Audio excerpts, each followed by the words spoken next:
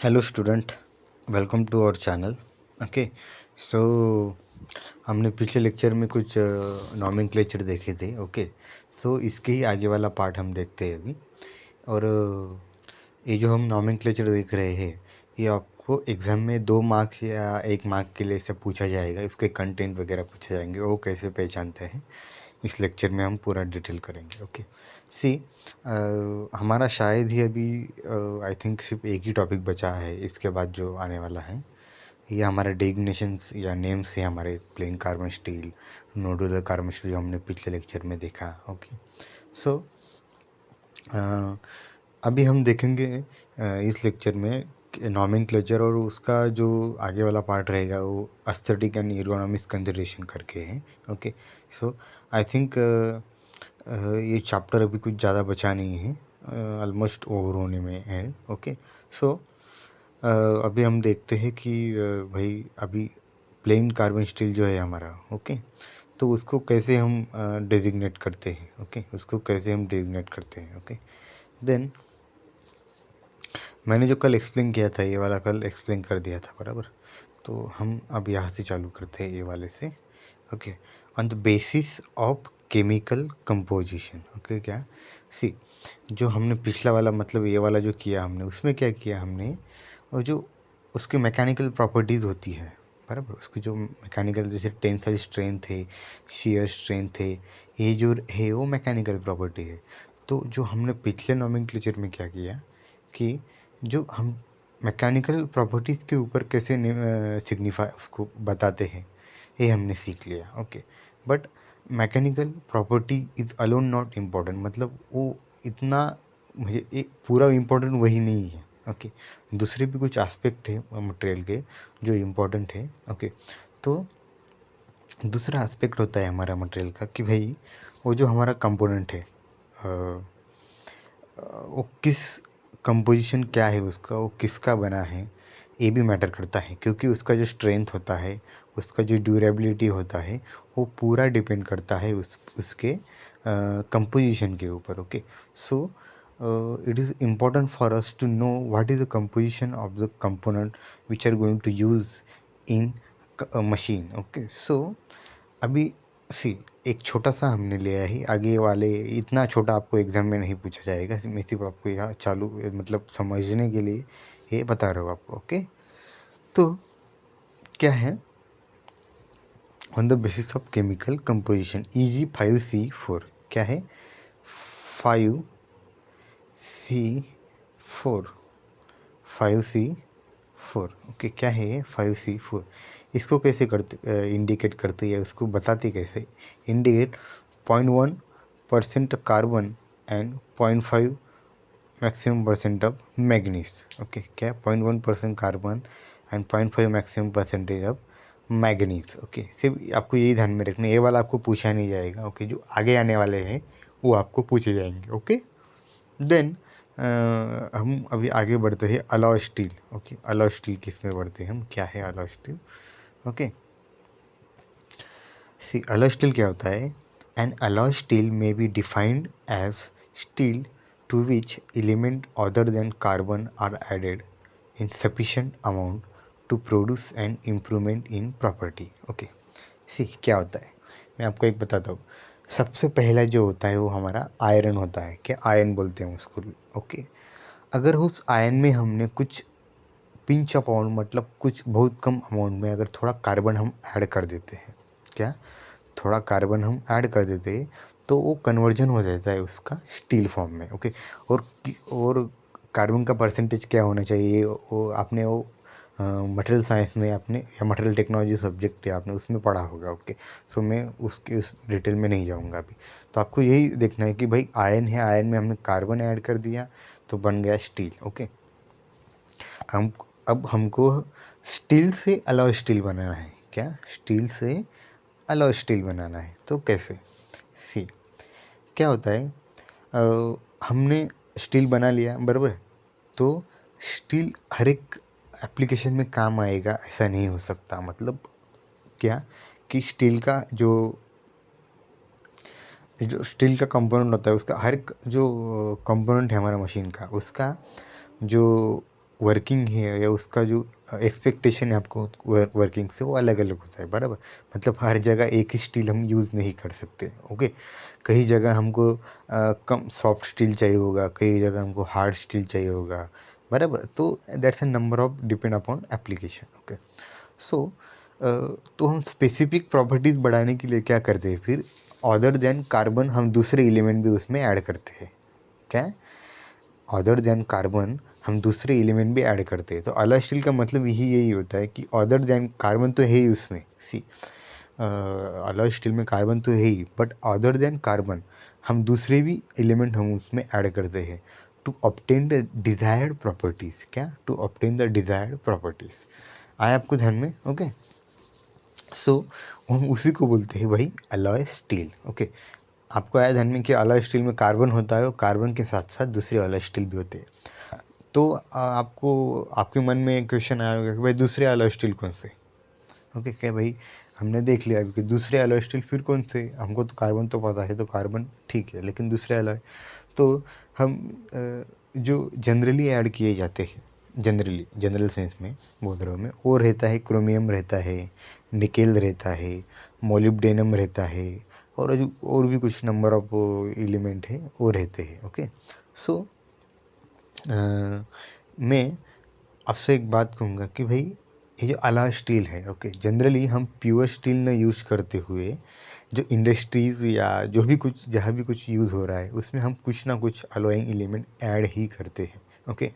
So it's most important for us to know the what is the composition of alloy steel, okay। Generally जो भी हम companies या manufacturing plants में use किए जाते हैं उनमें कुछ ना कुछ या दूसरा कुछ ना कुछ ऐसे अलॉइंग एलिमेंट होते ही होते हैं, ओके। सो हमको हमको फिर उस कंपोनेंट का कुछ पढ़ते आना चाहिए, कुछ मालूम होना चाहिए। सो इसीलिए आपके सिलेबस में ये वाला पॉइंट डाला गया है, ओके। सो मैं क्या करता हूँ, अभी आपको बताता हूँ पहले से, ओके। सी क्या है, पहला है आईएस। आईएस पता होगा, ये आईएस है, आई यस। आईएस मतलब इंडियन स्टैंडर्ड, क्या, Indian standard system for designation of alloy steel, system for designation of alloy steel, okay. क्या है, Indian standard system for designation of alloy steel, okay. क्या है, 20 CR 18 NI 2, क्या क्या है, 20 CR 18 NI 2। 20 मतलब 20, बराबर। CR मतलब क्रोमियम, क्या, CR मतलब CR मतलब क्रोमियम, ओके।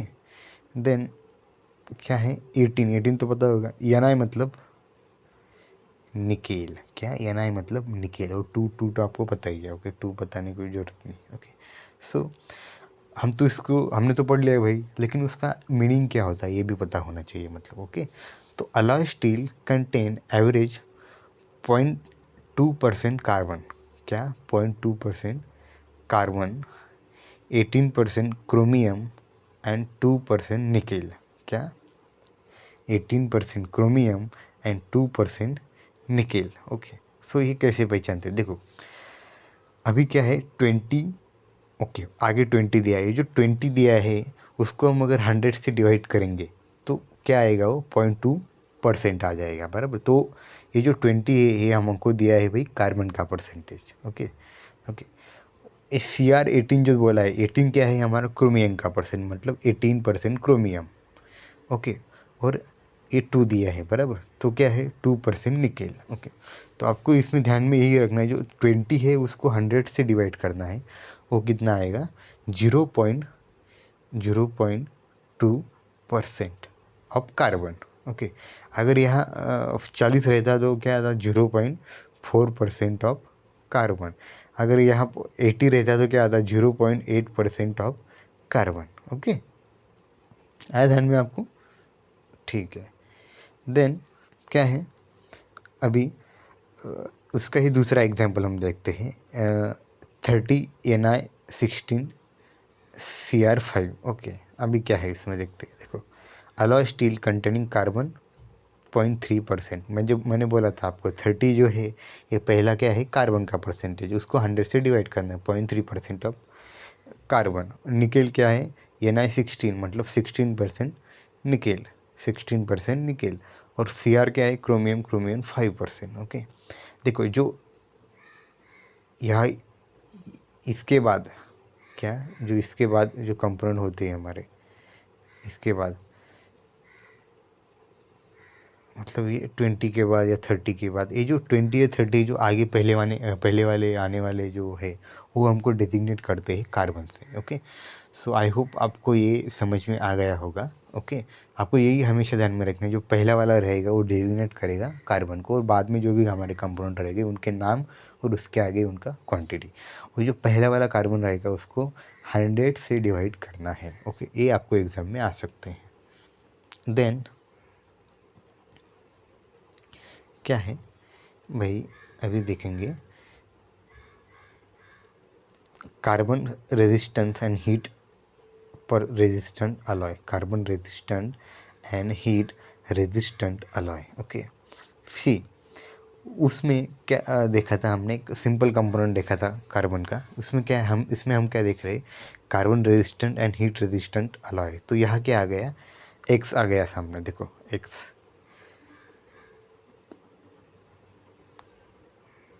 सी अभी क्या है, सी हमने जो पिछला वाला देखा उसमें क्या है, एक्स नहीं था, इसमें एक्स क्यों आया कि हमने जो यहाँ कंसिडर किया है वो corrosion resistance and heat treatment steel. मतलब अगर एक्स आ रहा है सामने तो आप समझ जाओगे कि वह ये corrosion resistance and heat treatment, sorry heat resistance steel है। ओके, इसका सेम है जो पिछले वाला हमने ये किया, सिर्फ उसमें चेंज क्या हो रहा है, ध्यान दीजिए।